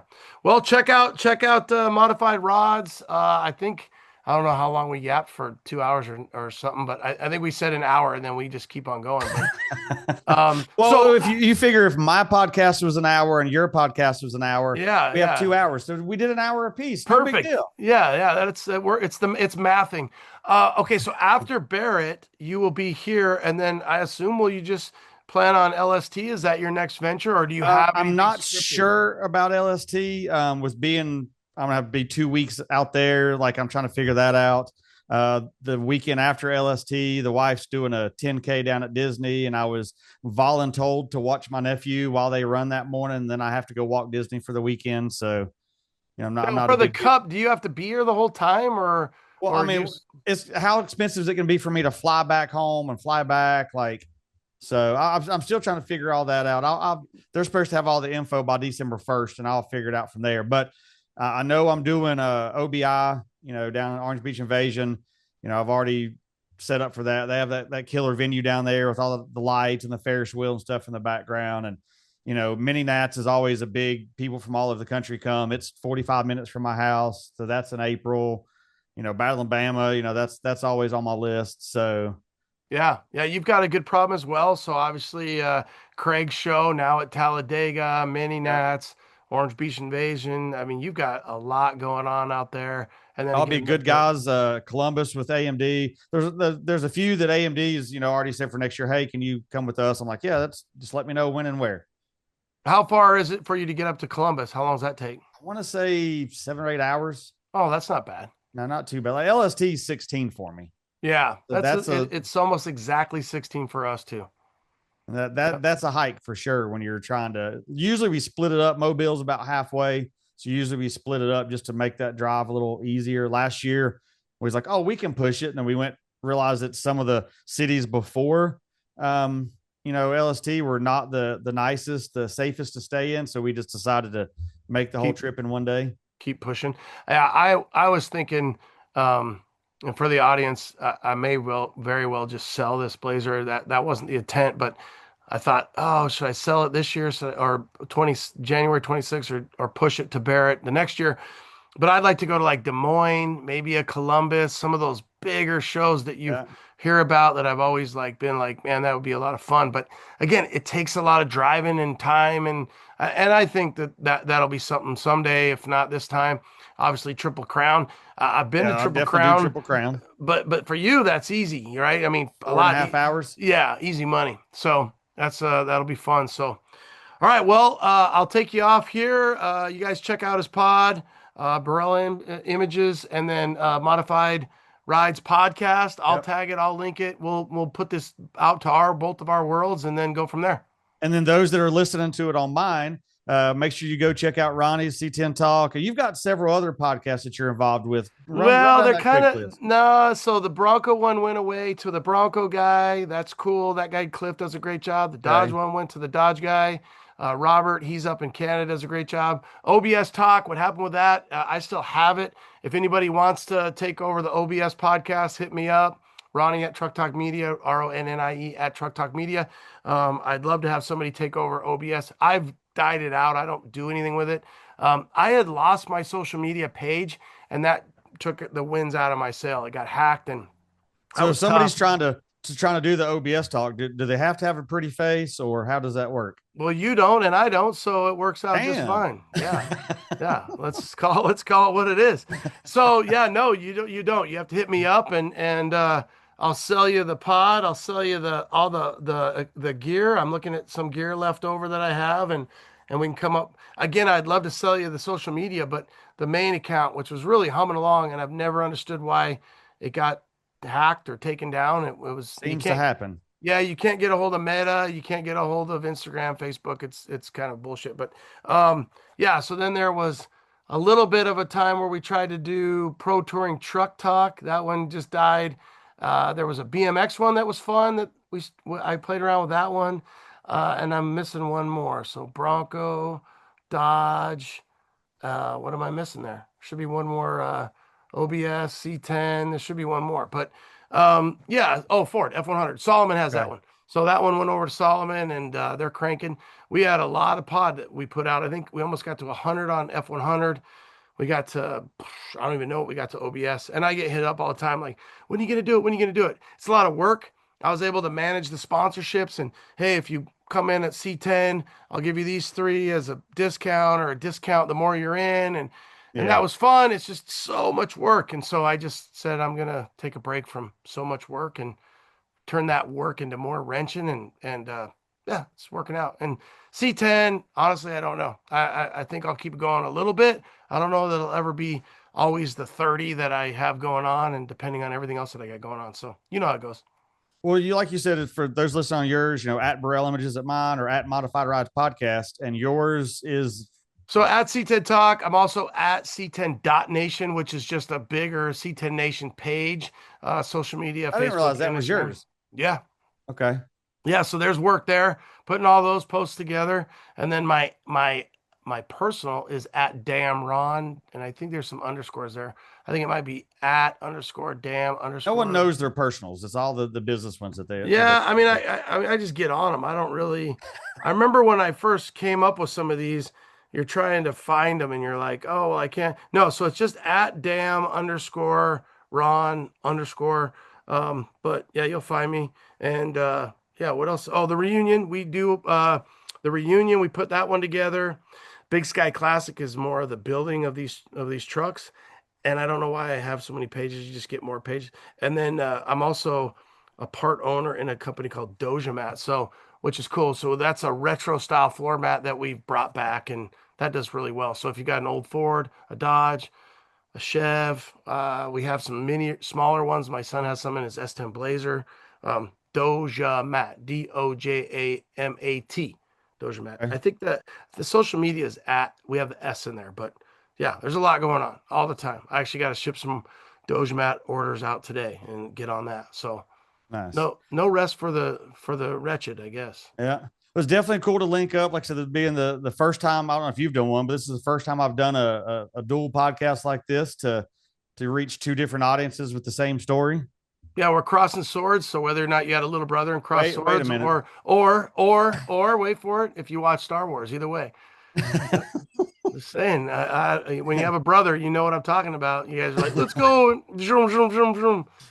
Half of your audience will know what I'm talking about. So, Yep. so I'll take it out because I'm the one actually kind of quasi hosting. Stay on the line, Brandon. As always, thanks, brother. All right, man.